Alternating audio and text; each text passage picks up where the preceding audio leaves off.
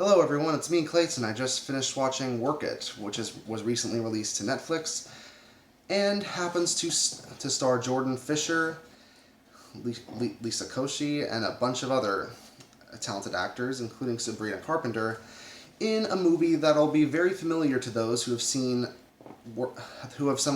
coming to age high school comedy dramas, such as Pitch Perfect, which is technically college though, but still, like Pitch Perfect, Step Up, or Mean Girls. But instead of Pitch Perfect's competition involving a cappella groups, we instead have a high school dance competition movie that goes through all the cliches that you'd expect from such a premise, but there's a sense of charm to it that makes it an easy 90-minute watch. But let's get to the story, shall we?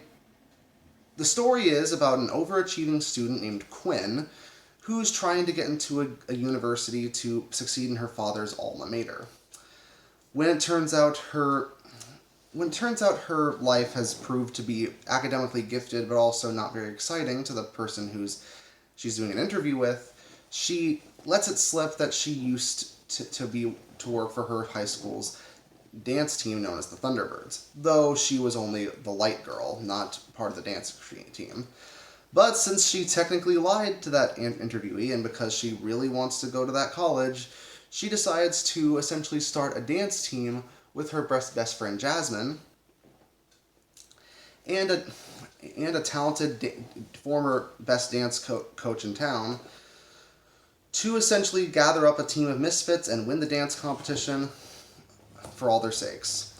Now, this movie essentially does have a 3-act structure and a lot of the plot points that a lot of people will basically associate with those other movies that are from the high school to college age demographic revolving around competitions.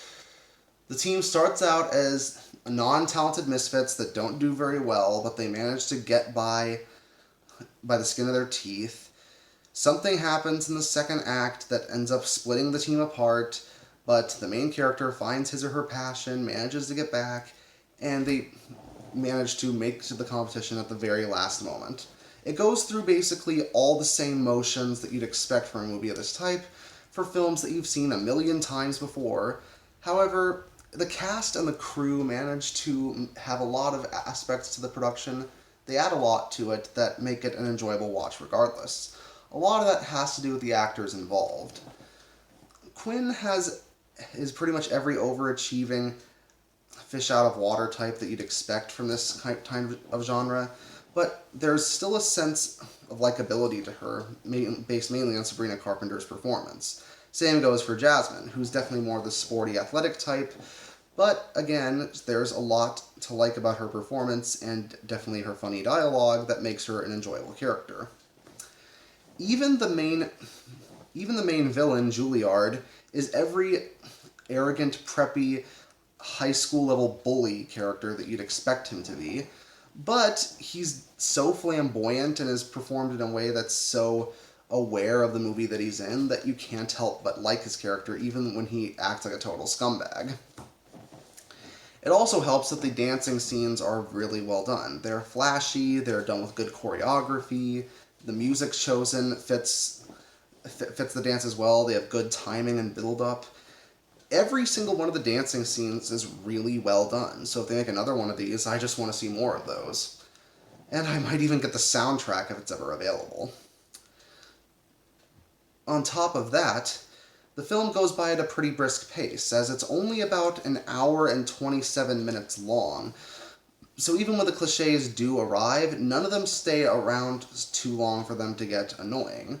And there's plenty of dancing scenes and plenty of humorous bits that keep the film going at a good pace, which is something that I wish a lot of other Netflix films would do, since the good pace means that even if a certain scene or certain joke doesn't work, there's another one that does that happens mere seconds or even just a minute later.